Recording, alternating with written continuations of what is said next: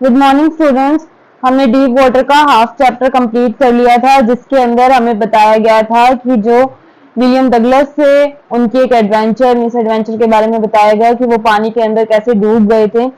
और उन्होंने अब बताया था कि जो थर्ड टाइम वो पानी के नीचे बॉटम की तरफ जा रहे थे तो उन्हें कैसा महसूस हो रहा था। हम आगे पढ़ते हैं इस चैप्टर को। I cross to oblivion and the curtain of life fell. कि ऑब्लिविशन का मतलब क्या होता है कि मैं विस्मृति मतलब मैं सब कुछ भूल जाने की स्थिति से गुजर रहा था। And the curtain of life fail, और मेरी लाइफ का जो कर्टन था, पर्दा था, वो गिर चुका था। मतलब वो नियर बाय डेथ के बहुत करीब थे।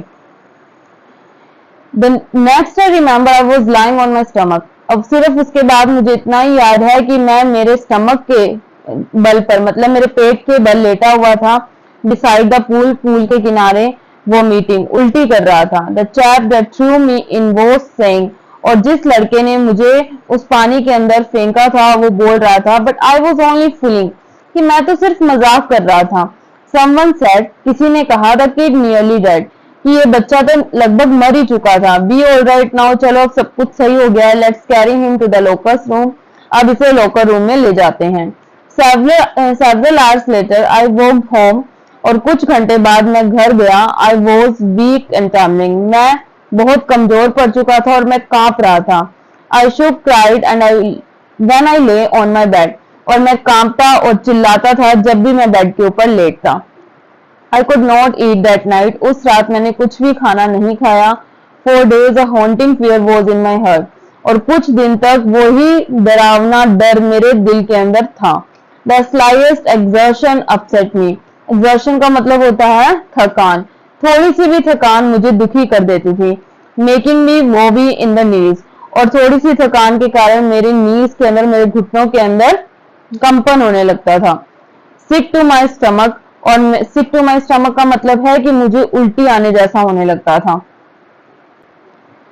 आई never went back to the pool. मैं कभी भी पूल पर वापस नहीं गया। I fear water. मुझे पानी से डर लगता था। I avoided it whenever I could. और मैं हमेशा पानी को अवॉइड करता था जब कभी भी मैं कर सकता था। A few years later when I came to know the waters of the Cascades. कुछ सालों बाद जब मुझे जल प्रपातों के पानी के बारे में पता लगा, I wanted to get into him। मैं उसमें जाना चाहता था। And whenever I did, और जब भी मैं वहां गया, whether I was wading the Titan, wading का मतलब होता है पैदल चलना, पानी के अंदर थोड़ा चलना। Whether I was wading the Titan और bumping river, या तो मैं टाइटन या बम्पिंग रिवर पे भले चल रहा हूँ और bathing in a warm lake, या फिर वार्म लेक में नहा रहा हूँ। ऑफ द गोट रॉक्स की वार्म लेक में नहा रहा हूँ। The terror that had seized me in the pool would come back. जैसे ही मैंने पानी पर चलने की कोशिश की, पानी में नहाने की कोशिश की, तो वही पुराना आतंक फिर से लौट आता जिस आतंक ने मुझे पूल के अंदर जकड़ लिया था। It would take possession of me completely, और वो मुझ पर अपना पूरा अधिकार कर लेता। My legs would become paralyse. मेरी टांगे क्या हो जाती? पैरालाइज हो जाती, मतलब जम जाती। IC horror would grab my heart. और ठंडा बर्फ जैसा ठंडा जो डर था वो मेरे हृदय को या दिल को जकड़ लेता था।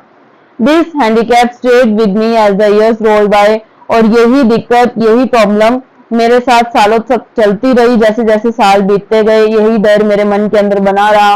इन कैनोस, कैनोस का मतलब होता है जो छोटी नावें होती है, छोटी छोटी जो नावें होती है पानी के अंदर चलने वाली। इन कैनोज ऑन मेन लेक्स फिशिंग। जब भी मैं मेन लेक्स के ऊपर फिशिंग करने गया उस छोटी नावों पर बैठकर। For landlock salmon. Salmon is a type of fish. Landlock का मतलब होता है जो जमीन के पास आसपास जो सैल्मन फिशेस होती है उसकी फिशिंग करने लगा। तब भी यही डर फिर से लौट आया। Base fishing in new hemisphere. और जब भी बेस भी is a type of fish. Base fishing करने गया न्यू हेमिस्फीयर में। Trout fishing on the dusters and Metolius in Oregon. Oregon एक प्लेस है जहां पर ये दोनों प्लेसेस हैं।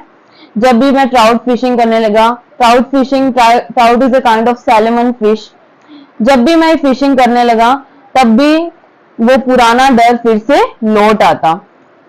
Fishing for salmon on the Columbia at Bumping Lake in the cascades.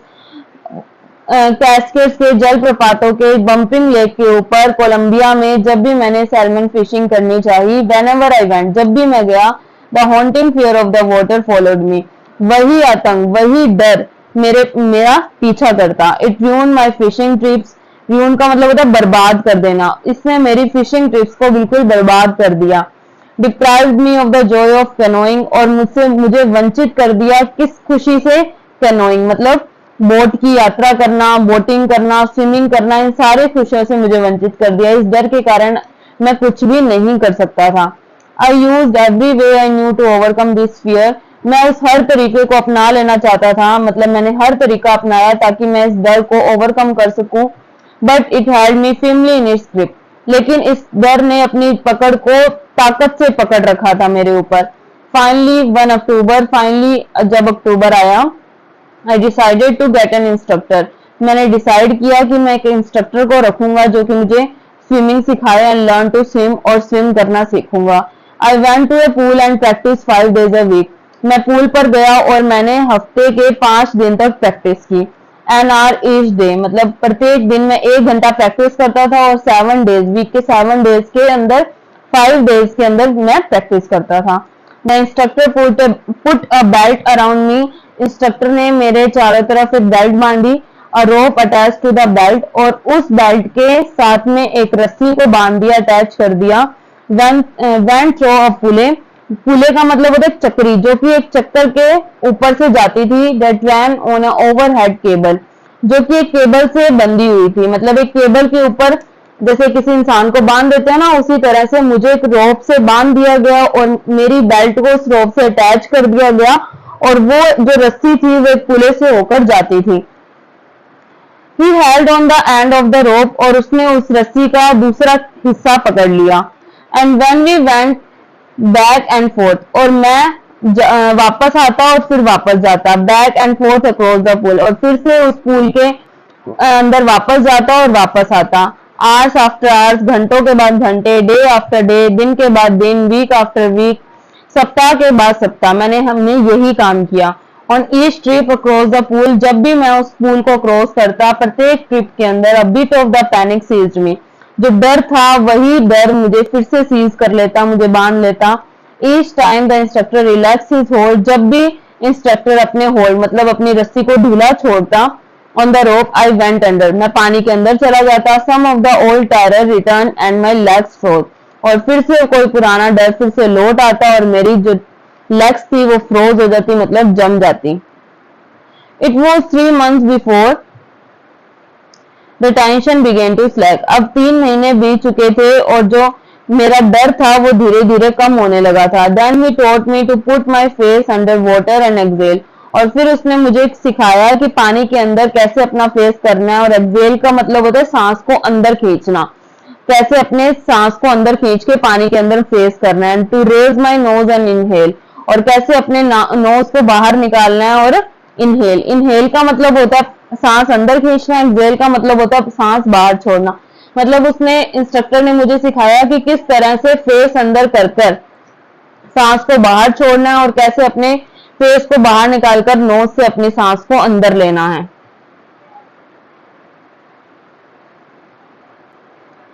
I repeated the exercise 100 of times, मैंने इसी एक्सरसाइज को 100 बार दोहराया। Bit by bit I shed part of the panic that seized me when my head went under water. धीरे धीरे जो मेरा डर था, बिट बाय बिट मतलब धीरे धीरे कर कर जो मेरा डर था वो कम होने लगा, जो कि मुझे जकड़ लेता था जब भी मेरा सिर पानी के अंदर होता था। अब मैं धीरे धीरे पानी के अंदर भी थोड़ा रिलैक्स फील करने लगा।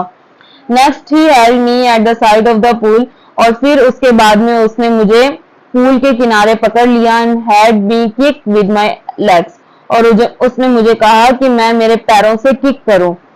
4 weeks आई डिड जस्ट, कुछ सप्ताह तक मैंने ऐसा ही किया। At first my legs refuse to work, शुरू में मेरे पैरों ने काम करने से इनकार कर दिया, मतलब मेरी पैर बिल्कुल हिले ही नहीं। But then they gradually relax, लेकिन धीरे धीरे वो रिलैक्स हो गए। And finally I could command them, और अंत में मैंने मेरे पैरों के ऊपर कमांड हासिल कर ली। बस piece by piece I built a swimmer, फिर एक एक करके उसने एक स्विमर को बना दिया, मतलब मुझे एक स्विमर बना दिया। मतलब पहले उसने क्या करना सिखाया, पानी के अंदर जाना वापस आना, ये सिखाया through the rope, through the help of rope and pulley. Then he taught him how he exhale and inhale in the water. Then he taught him how he kick his legs in the water. Now he built a swimmer. और अब ये सारी चीजों को साथ में मिला देगा तो वो क्या कर सकता है, swimming. And when he had perfected each piece, जब उसने प्रत्येक पीस को परफेक्ट कर दिया, he put them together into an integrated whole. उसने सारी चीजों को साथ में मिला दिया. In April he said, अप्रैल में उसने कहा, now you can swim, अब तुम स्विम कर सकते हो. Dive off and swim the length of the pool. अब छलांग लगाओ और इस पूल की पूरी लेंथ को कवर कर आओ. क्रॉल स्ट्रोक, क्रॉल स्ट्रोक का मतलब होता है धीरे धीरे तैरना, मतलब धीरे धीरे तैरकर इस पूल की पूरी लेंथ को तुम खुद कवर करके आओ. आई डिड, मैंने ऐसा ही किया. द इंस्ट्रक्टर वॉज फिनिश्ड, अब इंस्ट्रक्टर का काम पूरा हो चुका था क्योंकि उसने मुझे स्विमिंग सिखा दी थी. But I was not finish, लेकिन मेरा काम पूरा नहीं हुआ था. I still wondered if I would be terror stricken. अभी भी मुझे इस बात का मतलब डर लगता था कि मैं फिर से भयंकृत हो जाऊंगा, मतलब भय मुझे जकड़ लेगा. When I was alone in the pool, जब भी मैं पूल में अकेला होऊंगा तो वही पुराना डर फिर से लौट आएगा. I tried it, मैंने इसको अजमाया. I swam the length up and down, मैंने फिर से अपने मतलब पूरी लेंथ को कवर किया.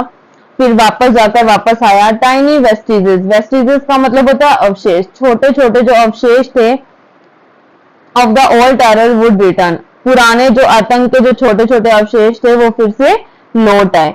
But now I could frown, लेकिन अब मैं, फ्रॉन का मतलब होता है जब हम अपने कहते हैं ना डर, क्या कहते हैं, बिना डरे किसी को गुस्से से देखते हैं तो उसे क्या बोलते हैं, फ्रॉन. जब वो छोटे छोटे डर फिर से लौट आए, जब मैं पानी के अंदर तैर रहा था तो मैंने क्या कहा उन डर से, से टू द टेरर, मैंने टेरर को बोला, ट्राइंग टू स्केयर मी, मुझे डराने की कोशिश कर रहे हो. Oh well here is to you, ये देखो ये तुम्हारे लिए, लुक देखो. End of I would go for another length of the pool, और फिर से मैं उस डर को दिखाने के लिए उस पुल की पूरी लेंथ को कवर करता. दिस वेंट ऑन अंटिल जुलाई, और ऐसा कब तक चलता रहा, जुलाई तक. But I was still not satisfied, लेकिन अभी भी मैं मेरे काम के लिए सेटिस्फाइड नहीं था. आई was not sure that all the terror had left, अभी तक मैं श्योर नहीं था कि मेरा सारा आतंक जा चुका है. सो आई वेंट टू लेक, इसीलिए मैं अपने डर को ओवरकम करने के लिए कहाँ गया, लेक पर. वेंटवर्थ इन न्यू हेमिस्फीयर, मतलब मैं वेंटवर्थ लेक पर गया. कहाँ थी जो लेक, न्यू हेमिस्फीयर में. Died of a dog at Tricks Island, और मैंने ट्रिक्स आइलैंड से एक छलांग लगाई. And swam 2 miles across the lake to Stampack, और मैं वहां से 2 मील तक तैर कर गया. कहाँ तक, कौन सी लेक तक, स्टैम्पैक आइलैंड की लेक तक. आई swum the crawl the breast, मतलब ये अलग अलग तरीके की स्विमिंग है. क्रॉल करके, breast stroke, side stroke, back stroke मतलब कमर के बल लेटकर, साइड अपने हाथों के बल लेटकर, ब्रेस्ट मतलब अपने छाती के बल लेटकर, अलग अलग तरीके से स्विमिंग करते हुए मैं स्टैम्पैक आइलैंड तक गया. Only once did the terror return, सिर्फ एक बार वही आतंक लौट आया. When I was in the middle of the lake, जब मैं लेक के बिल्कुल बीचों बीच था. I put my face under and saw nothing but bottomless water, जब मैंने पानी के अंदर फेस किया तो मैंने कुछ नहीं देखा सिवाय किसके, बॉटमलेस वाटर के, मतलब अंतहीन पानी के. The old sensation return in miniature, और थोड़ी सी जो पुरानी सेंसेशन थी, मतलब जो डर था वो लौट आया. आई लाफ्ड एंड सेड, और लेकिन मैं उस डर के ऊपर हंसा और बोला, वेल मिस्टर टेरर, अच्छी बात है मिस्टर टेरर, आतंक, what do you think you can do to me, तुम क्या सोचते हो कि क्या तुम मुझे डरा सकते हो. मतलब मैंने हंस दिया उस टेरर के ऊपर, थोड़े आतंक के ऊपर, तो वो अपने आप ही चला गया. It fled and I swum on, वो उड़ गया और मैं फिर से तैरने लगा. I had usual doubts, लेकिन अभी भी मेरे मन के अंदर थोड़े बहुत डाउट्स थे. एट माई फर्स्ट अपॉर्चुनिटी, जैसे ही मुझे फर्स्ट अपॉर्चुनिटी मिली, आई हरीड वेस्ट, मैं वेस्ट की तरफ गया. वेंट अप द टाइटन, और मैं टाइटन के ऊपर चढ़ा. एंड टू कॉनार्ड मीडोज, और कॉनार्ड मीडोज की तरफ गया. मतलब टाइटन से कॉनार्ड मीडोज पर गया. अप द कॉनार्ड क्रीक ट्रेल, और मैं कॉनार्ड की क्रीक ट्रेल से होते हुए मिड ग्लेशियर तक गया. And camped in the high meadow by the side of the warm lake, और वार्म लेक कर साइड में एक जो मीडो बना हुआ था, मतलब जो घास का मैदान था, वहां पर मैंने मेरा कैंप, मतलब एक कैंप लगाया. The next morning I strip, अगली सुबह मैंने कपड़े उतारे. ड्राइव इनटू द लेक, और लेक में कूद गया. And swam across to the other shore and back, और उस लेक की दूसरी शोर, दूसरे किनारे तक गया और वापस आया। जस्ट एज डॉग कॉर्पोरन यूज्ड टू डू, जिस तरह से डॉग कॉर्पोरन किया करते थे। आई शाउटेड विद जॉय, मैं खुशी से चिल्लाया। And Gilbert Peak return the echo, और गिलबर्ट पीक ने मेरी आवाज को फिर से दोहराया। I had conquered my fear of water, मैंने अपने पानी के डर के ऊपर विजय हासिल कर ली थी।